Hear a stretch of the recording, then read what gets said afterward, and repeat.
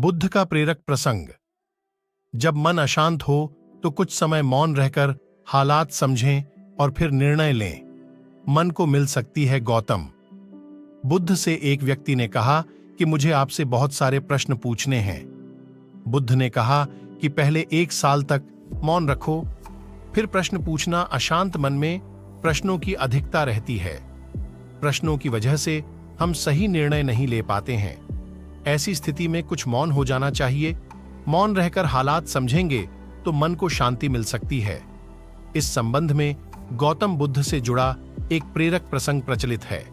जानिए ये प्रसंग के अनुसार गौतम बुद्ध रोज अपने शिष्यों को उपदेश देते थे। बुद्ध के प्रवचन सुनने शिष्यों के साथ ही अन्य लोग भी पहुंचते थे। एक दिन जब बुद्ध प्रवचन दे रहे थे, तभी एक व्यक्ति पहुंचा और वह बोला कि तथागत, मैं आपसे बहुत सारे प्रश्न पूछना चाहता हूं। मेरा मन बहुत अशांत है। कृपया मेरे प्रश्नों के उत्तर दें ताकि मेरा मन शांत हो सके।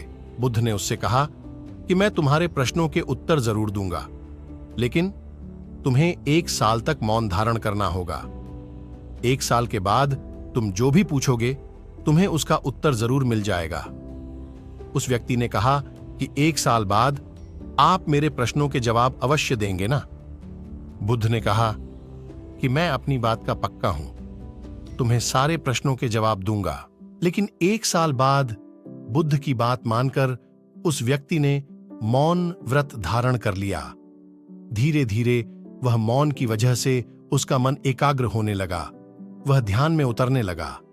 मन भी शांत होने लगा। उसके सभी प्रश्न खत्म होने लगे और ऐसे ही 1 साल बीत गया।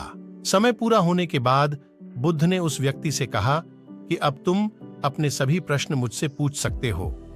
यह बात सुनकर वह व्यक्ति हंसता है और कहता है कि 1 साल पहले मेरे मन में कई प्रश्न थे, लेकिन अब सारे प्रश्न शांत हो गए हैं।